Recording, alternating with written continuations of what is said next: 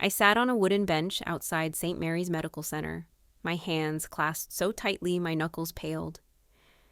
The spring breeze carried the faint scent of blooming magnolias, and sunlight glinted off the hospital's sleek glass exterior, but none of it touched me. My husband, James Larson, lay in the intensive care unit behind those walls, battling a foe we hadn't anticipated. Passers-by chatted softly, their lives untouched by the weight I carried, and for a fleeting moment I envied them, wished I could be just another woman savoring a warm afternoon, debating where to eat or what flowers to plant, but that version of me was gone. My world had shrunk to a sterile hospital room, filled with the incessant hum of machines. James was once a force of nature. He'd spend 12 hours crafting custom cabinets, then come home to whip up dinner, his eyes bright as he asked about my day. His smile had a way of convincing you everything would be fine, even when life felt overwhelming. He was my anchor, my constant. But now, watching him slip away, I felt like I was sinking into quicksand. 6 months ago, we thought we had forever. We dreamed of trips we couldn't yet afford, a bigger home for the children we hoped for, maybe even a puppy.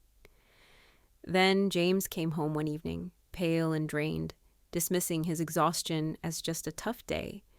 But the fatigue lingered, deepened, and soon came unexplained bruises and nights when he struggled to breathe. The doctors used terms that felt unreal. Aplastic anemia. His body was attacking his bone marrow, shutting down the source of his blood cells. Without a stem cell transplant, they said, his chances were slim. I tried to be his rock, holding his hand and whispering, "We'll get through this." But alone in the bathroom each night, I sobbed into a towel, hiding my despair. Because I knew something James didn't. He had no family. Raised in foster care, he'd never known his parents or if he had siblings. Without close relatives, finding a donor match was nearly impossible. We joined the National Donor Registry, but the doctors were blunt. The wait could take months, maybe years, and James didn't have that time. Earlier today, his doctor pulled me aside, his words cutting deep. "Sarah, we're running out of options. If we don't find a donor soon..." He didn't finish. He didn't need to. I knew what he meant. Tears streamed down my face as I felt utterly powerless. As a nurse, I'd spent my life helping others heal, yet I couldn't save the man I loved most. I thought of the life we'd built together, our cozy brick house on the outskirts of Asheville, the rocking chair he built for our first anniversary, the note still pinned by the kitchen door. "You are my forever." The thought of losing him was unbearable, yet a quiet voice warned I might have to face it. I hated myself for even considering it, but grief was already wrapping its cold tendrils around my heart.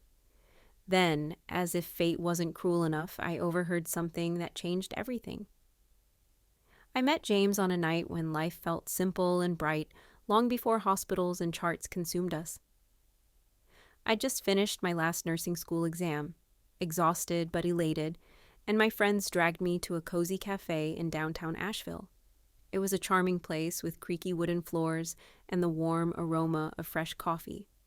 I can still see James walking in, carrying a bag of tools from a hardware store, his jeans dusted with sawdust, exuding a quiet confidence that made me pause.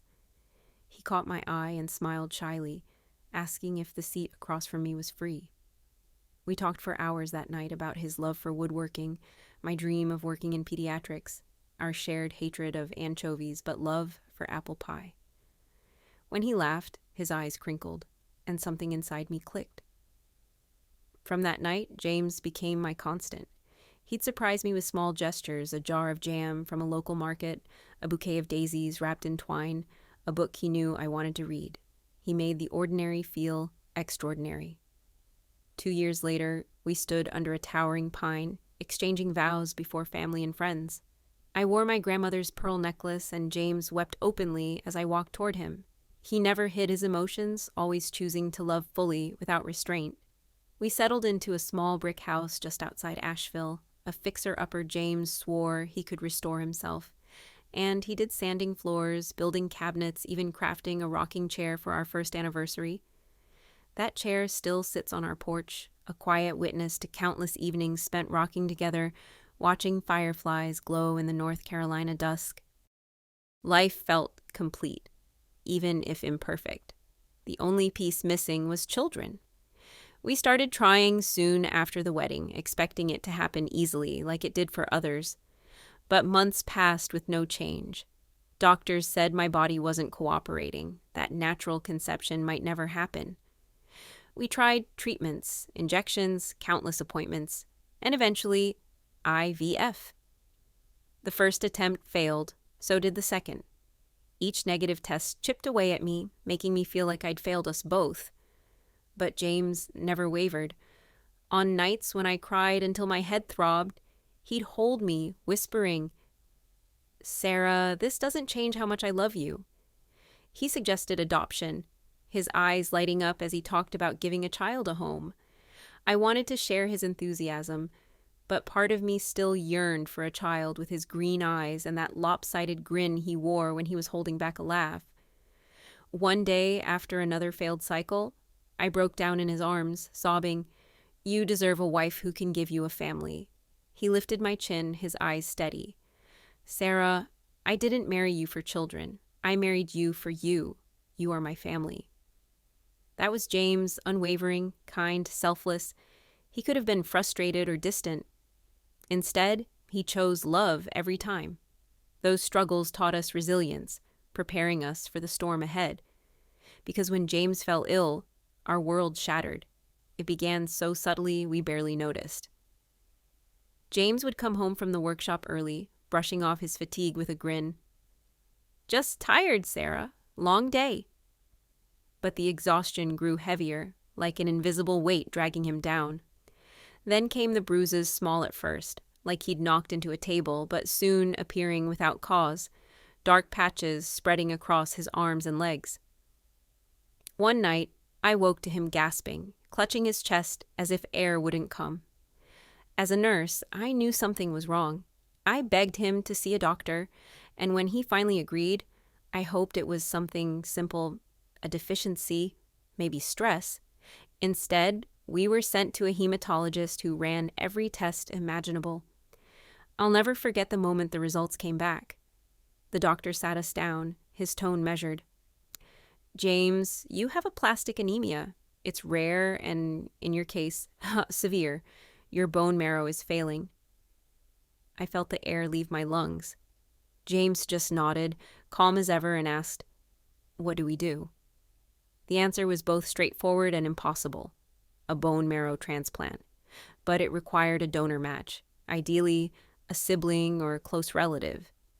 I looked at James, silently pleading for him to say he had someone, but I knew he didn't. Raised in foster care, moved from home to home, he had no knowledge of his parents or siblings.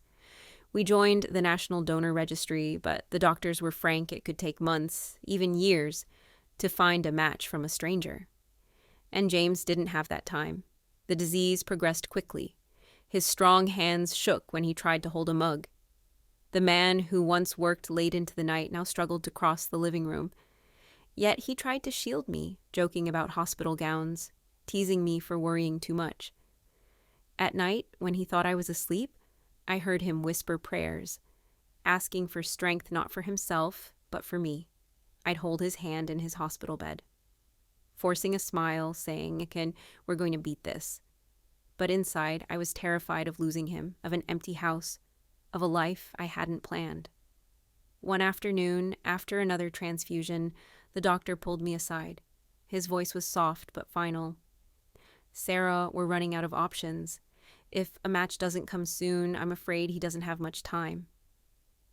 I nodded, unable to speak, tears burning my eyes. I'd seen death as a nurse, but nothing prepared me for losing James. I stepped into the hospital courtyard, desperate for air, for anything to ground me. That's when I heard it. 2 hospital staff on break nearby, chatting, unaware I was listening. "You know that guy in ICU, Larson? He looks just like this guy who lives out in Willow Creek. I swear, it's like they're twins." My heart stopped. Willow Creek, a small mountain town 2 hours from Asheville. Could it be a coincidence? Or could James have family there? Someone who could be a match? For the first time in weeks, I felt a flicker of hope, fragile but real. Willow Creek was a quiet town, about a 2-hour drive from Asheville. I'd visited once during nursing school for a health outreach program. It was a place where time seemed to pause, where neighbors still greeted strangers with a nod. Could it be chance?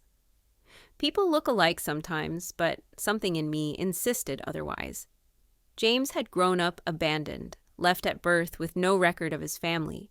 He'd spent years wondering if someone out there shared his features, his blood.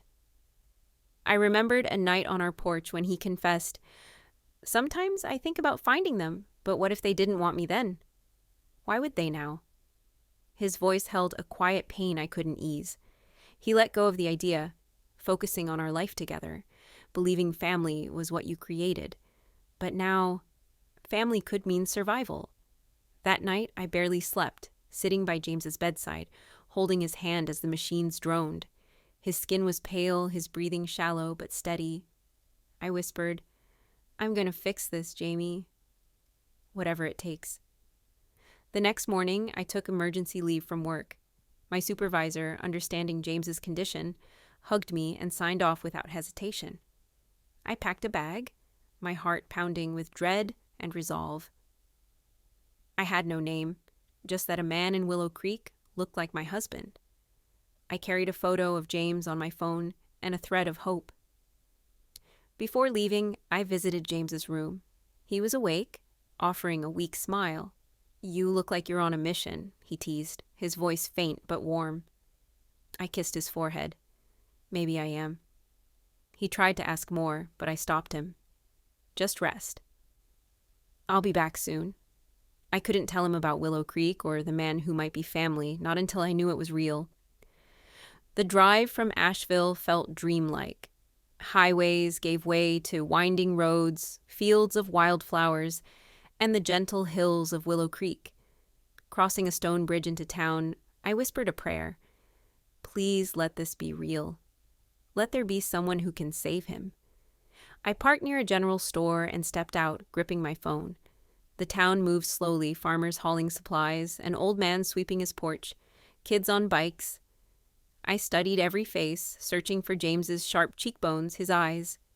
Anything. At the general store, I approached the clerk, a woman in her 60s with warm eyes. "Excuse me, I'm looking for someone. I don't know his name, but they say he looks like this." I showed her James's photo. Her eyes widened. "That's got to be Ethan Brooks. Lives out by the orchards on Route 12. Looks just like him." My heart leapt. She gave me directions, and I thanked her, hurrying back to my car. My hands shook as I drove toward Route 12, toward what might be the answer to every prayer I'd whispered. I didn't know if Ethan Brooks was related to James, but I was about to find out. Route 12 was a narrow road flanked by tall oaks and sprawling fields. A light rain began to fall, misting my windshield and softening the horizon. I slowed as I spotted a mailbox with "Brooks" painted in faded letters. The house was old, its paint peeling, surrounded by apple trees and muddy paths. A wooden swing swayed in the breeze, and a dog barked faintly in the distance. I sat in the car, gripping the steering wheel, my pulse racing. What if I was wrong? What if I was about to embarrass myself at a stranger's door? But then I pictured James, his frail hand in mine, his smile masking his fear, and I stepped out. The porch steps creaked as I climbed them. I knocked, softly at first, then louder when no one answered. The door opened, revealing a man tall, broad-shouldered, slightly hunched with dark brown hair falling over his forehead. His eyes my breath caught. They were the same green as James's, the same shape, the same depth. "Can I help you?" His voice was low, cautious, with a rugged edge. I held up my phone, hands trembling, showing James's photo. "This is my husband, James Larson. People say you look like him." He frowned, staring at the screen for a long moment. His expression shifted confusion, disbelief, then something raw. He rubbed his neck. "Well, He looked at me, softer now. "Who are you?" "Sarah, his wife." He stepped aside. "You better come in." The house was modest, with worn furniture and the faint scent of coffee and leather. He gestured to a chair. "Sit. You're saying he's your husband?" I nodded, clutching my bag. He's in the hospital, very sick. He needs a bone marrow transplant. They said he has no family, but then I heard about you." My voice broke. I had to come. The man, Ethan Brooks, sat across from me, elbows on his knees, staring at the photo again. "I think he might be my brother." The words hit me like a wave. "Your brother?" He nodded. "Our mom wasn't much of a mother, had a lot of kids, different fathers. When I was young, she had another boy. Said she couldn't keep him, left him at the hospital. I was too little to do anything, but I never forgot. Always wondered what happened to him."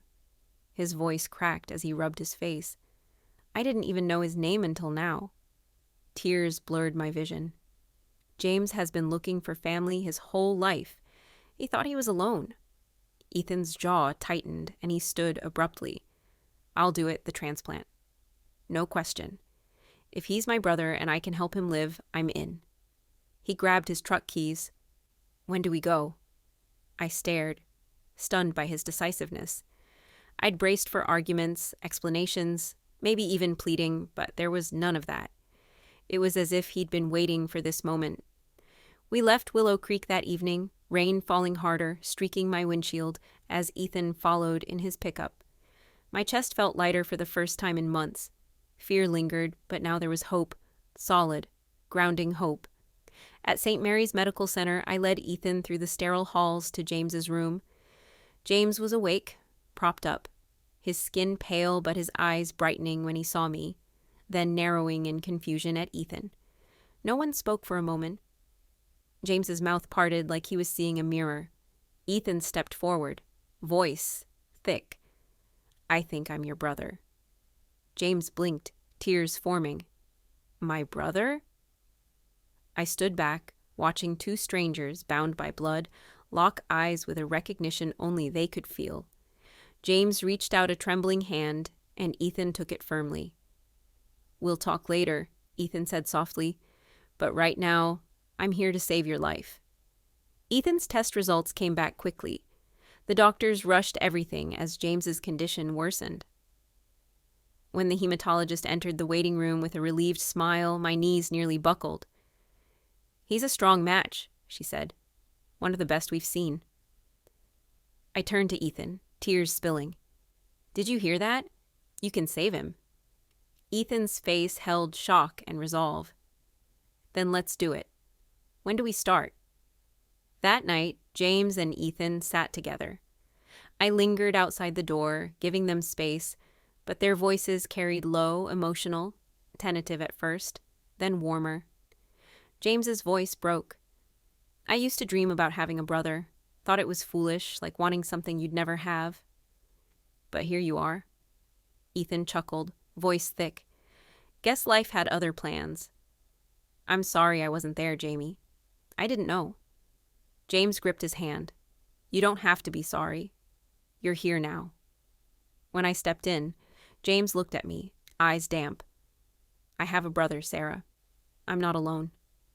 I kissed his forehead, whispering, "You never were." The transplant was scheduled for the next morning. I barely slept, my mind cycling through every possibility. Ethan was calm, even joking with the nurses as they prepped him. "Never thought I'd give my bone marrow to a guy I met yesterday." He teased, then looked at James. "But I'm glad it's him."